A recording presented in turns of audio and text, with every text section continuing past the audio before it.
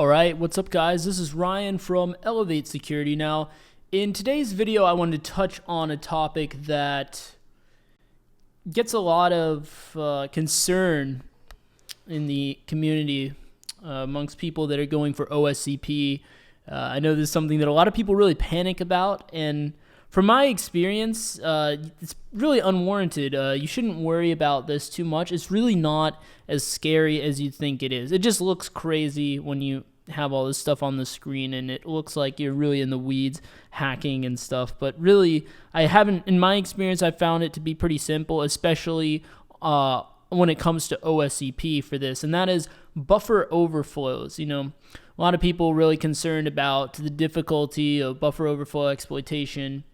And in the real world, it can get fairly complex, especially when you try to avoid all of the modern day protections in place to make this difficult, if not outright impossible. But, even then, there's ways around it. There's certain parts of the program that might not have those protections where you can still, because they need to not have those protections in order to perform their proper functionality. But yeah, without getting too in the weeds, I'm just going to say that in OSCP, a lot of these buffer overflows are very trivial, very simple. And honestly, where I first learned how to do buffer overflow exploitation was from the OSCP lab guides itself. So just know that when you sign up for this, you're going to get really good instruction on really stepping you through, holding your hand through the process of how to exploit buffer overflows on both Windows and Linux. But with that being said, I wanted to give you guys a good high-level overview. And I will say, when I was taking the exam on the OSCP, the buffer overflow box was one that I actually got a root shell on. So I would consider this one of my stronger areas when it comes to OSCP. But yeah, without further ado, I wanted to give you just a high-level overview of how to exploit buffer overflows, what our goals are, what are we looking for all you guys that might be new to exploiting this type of vulnerability, because it's a lot different than the other vulnerabilities that we've covered in this channel so far. And it's definitely going to be guaranteed one of the 5 boxes on your OSCP exam, unless they change something. One of the 5 will be a buffer overflow box. So yeah, so what are our goals with buffer overflow? Well, the first thing we're trying to do is we're trying to crash the program, and we're trying to control the EIP register. This is the instruction pointer that tells the program where to go next. We want to control that register, because we can do that. We're able to hijack the execution flow of the program and redirect to our attack string, and this is how we obtain code execution. So in like a basic few sentences, that is what we're trying to achieve with buffer overflow exploitation. But I'm going to even further distill it down into 6 steps to get to that end state, right?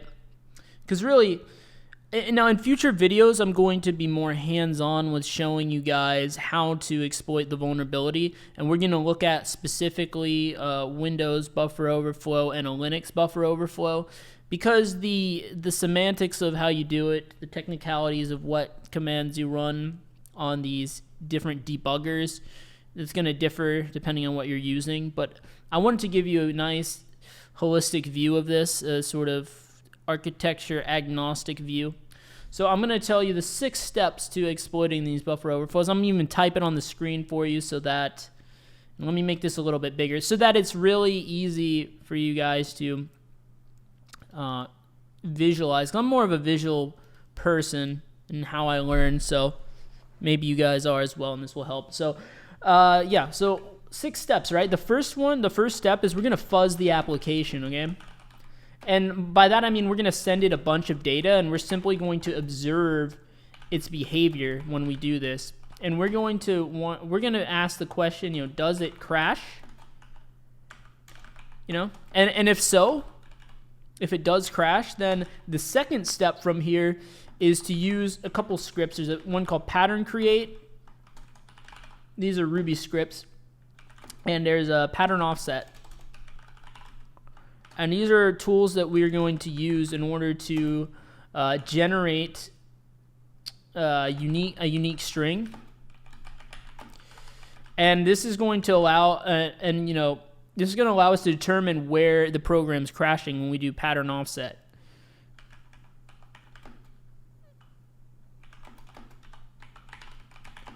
Because we want to know, like, at what point in our long string is it actually crashing, what registers are being overwritten, and all of that, right? If this sounds confusing to you, don't worry.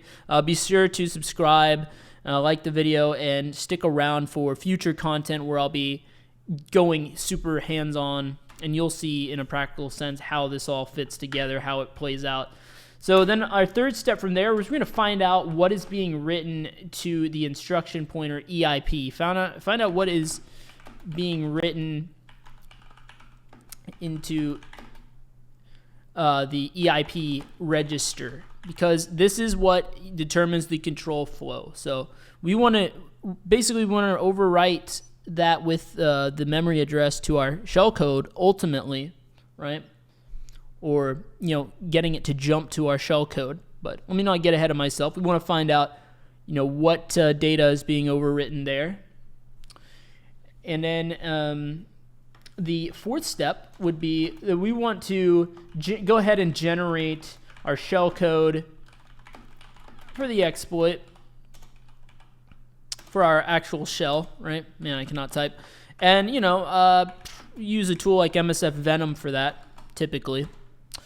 And then I guess I would mention a bonus step that you definitely don't want to skip out on. So it's not really bonus, but I'll consider it as a bonus step. You want to identify any bad characters. And these are characters that cannot be included in our payload, right? Because there'll be certain ones, typically like the carriage return, line feed, stuff like that, null byte, that kind of stuff. Normally those are special characters. They're interpreted in a certain way, and so it's very simple that once we identify those bad characters, it's pretty trivial to you just use a certain flag when you're generating the payload with MSF Venom to tell it to not include those characters. That way our shellcode behaves as we intend it to.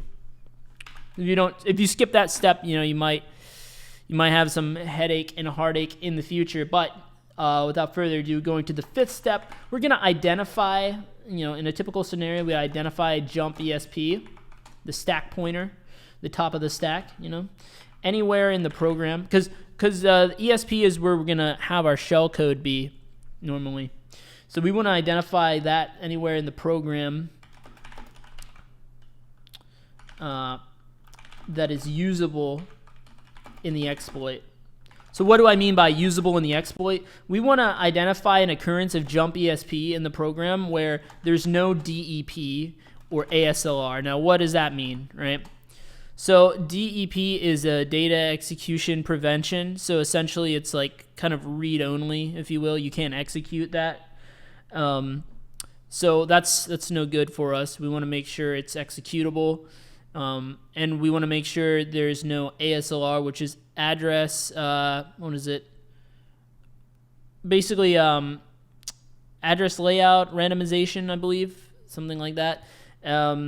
Essentially, when you have that, the memory addresses of whatever it is you're looking at changes every time you run the program. So that's also no good. We want a static memory location that we can reliably call on. So that's why we make sure that those protections are not enabled at the jump ESP that we're looking for. So once we do that, we want to overwrite EIP with this address in memory. Yep. We'll say memory address with this memory address. And we want to do that in order to jump to our shell code that we generated and execute it, which will thus result in us getting a shell. And now one thing to note, an important thing to note, is when we when we provide this jump ESP memory address, we need to do so in what is called little endian. And little endian, let me just get an example of a memory address. Let's say you have a memory address like C9E45528 or something, right?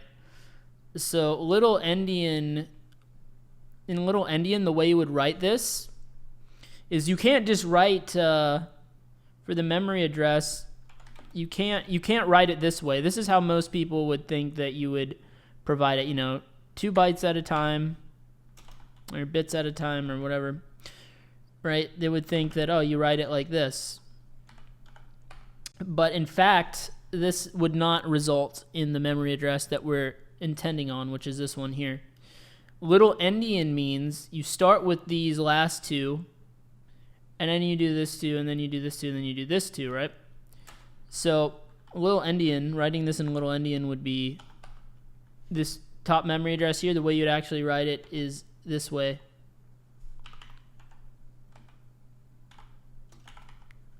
It's actually backwards. So this is the format that it's going to expect when you are